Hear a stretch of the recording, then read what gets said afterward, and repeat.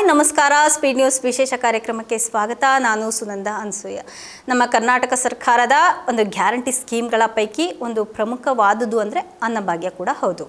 ಆ ಒಂದು ಅನ್ನಭಾಗ್ಯ ಯೋಜನೆ ಅಡಿಯಲ್ಲಿ ರಾಜ್ಯ ಸರ್ಕಾರ ನಾವು ಇಂದಿರಾ ಕಿಟ್ಟನ್ನು ಕೊಡಬೇಕು ಅಂತ ಹೇಳಿ ಹಿಂದೊಮ್ಮೆ ನಿರ್ಧಾರವನ್ನು ಮಾಡಿತ್ತು. ಈ ಒಂದು ನಿರ್ಧಾರಕ್ಕೆ ಸಚಿವ ಸಂಪುಟ ಕೂಡ ಒಪ್ಕೊಂಡು ಪರ್ಮಿಷನನ್ನು ಕೊಟ್ಟಿತ್ತು. ಆದರೆ ಈಗ ಇಂದಿರಾ ಕಿಟ್ ಯೋಜನೆ ಆರಂಭವಾಗುತ್ತೋ ಅಥವಾ ಆಗೋದಿಲ್ವೋ ಅನ್ನುವಂತಹ ಅನುಮಾನ ಎಲ್ಲರಲ್ಲೂ ಶುರುವಾಗ್ಬಿಟ್ಟಿದೆ. ಆಹಾರ ಹಾಗೆ ನಾಗರಿಕ ಪೂರೈಕೆ ಖಾತೆ ಜೊತೆಗೆ ರಾಜ್ಯ ಸರ್ಕಾರದ ಉನ್ನತ ಮಟ್ಟದಲ್ಲಿ ನಡೀತಾ ಇರುವಂತಹ ಬೆಳವಣಿಗೆಗಳನ್ನು ನೋಡ್ತಾ ಇದ್ದರೆ ನಿಜವಾಗ್ಲೂ ಇಂದಿರಾ ಕಿಟ್ ಯೋಜನೆಯಿಂದ ರಾಜ್ಯ ಸರ್ಕಾರ ಏನಿದೆ ಇದು ಹಿಂದೆ ಸರಿಯುತ್ತಾ, ಆರಂಭಕ್ಕೂ ಮುನ್ನಾನೇ ಇಂದಿರಾ ಕಿಟ್ ಯೋಜನೆಗೆ ಎಳ್ಳು ನೀರು ಬಿಡುತ್ತಾ, ಬಡವರ ಆಹಾರ ಕಿಟ್ ವಿತರಣೆಗೆ ವಿಘ್ನ ಎದುರಾಯ್ತಾ ಅನ್ನುವಂತಹ ಅನುಮಾನಗಳು ಶುರುವಾಗದೇ ಇರಲ್ಲ.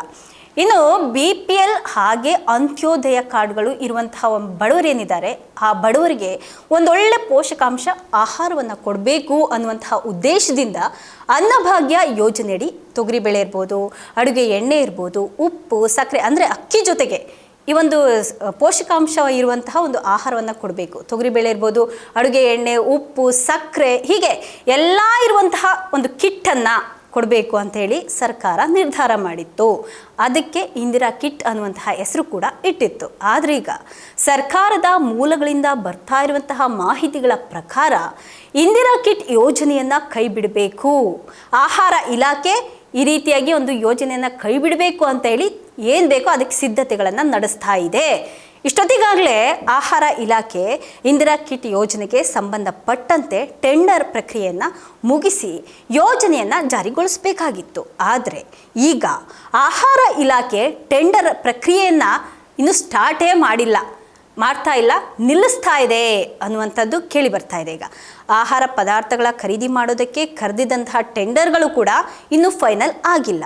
ಮೊದಲು ಅನ್ನಭಾಗ್ಯ ಯೋಜನೆಯಡಿ ಬರ್ತಿದ್ದಂತಹ ಒಂದು 10 kg ಒಂದು ತಲೆಗೆ 10 kg ಕೊಡಲಾಗ್ತಾ ಇತ್ತು.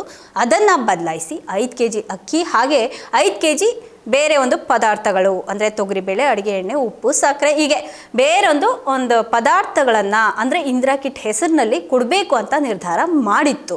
ಈಗ ಇಂದಿರಾ ಕಿಟ್ ಪ್ರಸ್ತಾವನೆಯನ್ನು ಕೈಬಿಟ್ಟು ಅಕ್ಕಿಯನ್ನು ಮಾತ್ರ ಕೊಡ್ತೀವಿ ಅಂತ ಹೇಳಿ ಮುಂದುವರಿಸೋದಕ್ಕೆ ಸರ್ಕಾರ ಇದೀಗ ಚಿಂತನೆಯನ್ನು ನಡೆಸಿದೆ ಅನ್ನೋದು ಗೊತ್ತಾಗ್ತಾ ಇದೆ. ಹಾಗಾದರೆ ಇಂದಿರಾ ಕಿಟ್ ಪ್ರಸ್ತಾವನೆಯನ್ನು ಕೈ ಬಿಡೋದಕ್ಕೆ ಏನು ಕಾರಣ ಇರಬಹುದು?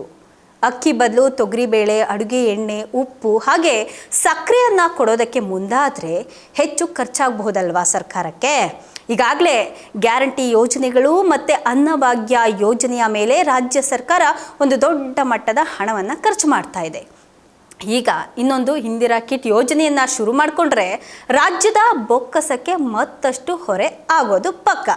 ಇದರ ಒಂದು ಜೊತೆಗೆ ಏನಿರ್ಬೋದು, ತೊಗರಿಬೇಳೆ ಇರ್ಬೋದು, ಅಡುಗೆ ಎಣ್ಣೆ, ಉಪ್ಪು, ಸಕ್ಕರೆ ಹೀಗೆ ಖರೀದಿ ಮಾಡಬೇಕು ಅಂದರೆ ಒಂದು ಪ್ರತ್ಯೇಕ ಟೆಂಡರನ್ನು ಮಾಡಲೇಬೇಕಾಗುತ್ತೆ. ಅವುಗಳನ್ನು ಸರಬರಾಜು ಮಾಡ್ಕೋಬೇಕಾಗುತ್ತೆ. ಆ ಒಂದು ಸಾಗಾಣಿಕೆ ವೆಚ್ಚ ಇರ್ಬೋದು, ಆರ್ಥಿಕ ಹೊರೆಯನ್ನು ಇನ್ನಷ್ಟು ಜಾಸ್ತಿ ಮಾಡುತ್ತೆ. ಈ ರೀತಿಯಾಗಿ ಒಂದು ಕಾರಣಕ್ಕೆ ಏನಿದೆ, ಇದು ಇಂದಿರಾ ಕಿಟ್ ಯೋಜನೆಯನ್ನು ರಾಜ್ಯ ಸರ್ಕಾರ ನಿಲ್ಲಿಸಬೇಕು ಅಂತ ಹೇಳಿ ಮುಂದಾಗಿದೆ ಅಂತ ಗೊತ್ತಾಗ್ತಾ ಇದೆ. ಇಂದಿರಾ ಕಿಟ್ ಯೋಜನೆ ಅನುಷ್ಠಾನಗೊಳಿಸೋದಕ್ಕೆ ಆಹಾರ ಹಾಗೆ ಹಣಕಾಸು ಇಲಾಖೆ ಅಧಿಕಾರಿಗಳು ಹಿಂದೆ ಸರಿದಿರೋದ್ರಿಂದ BPL ಹಾಗೆ ಅಂತ್ಯೋದಯ ಕಾರ್ಡ್ದಾರರಿಗೆ ಪೋಷಕಾಂಶ ಪದಾರ್ಥಗಳ ಭಾಗ್ಯ ಇಲ್ಲದಂತೆ ಆಗಿದೆ. ಇಂದಿರಾ ಕಿಟ್ ಯೋಜನೆಯನ್ನು ಸ್ಥಗಿತ ಮಾಡುವಂತಹ ಎಲ್ಲ ತಯಾರಿ ನಡೆದಿದ್ದು ಅಧಿಕೃತವಾದಂತಹ ಆದೇಶ ಏನಿದೆ ಅದು ಹೊರಬೀಳೋದು ಮಾತ್ರ ಇನ್ನು ಬಾಕಿ ಇದೆ. ಸರ್ಕಾರದಿಂದ ಹೊರಬೀಳಬೇಕು. ಇದಾಗಿತ್ತು ಇವತ್ತಿನ ವಿಶೇಷ. ನಿರಂತರ ಸುದ್ದಿಗಾಗಿ ನೋಡ್ತಾ ಇರಿ ಸ್ಪೀಡ್ ನ್ಯೂಸ್ ಕನ್ನಡ.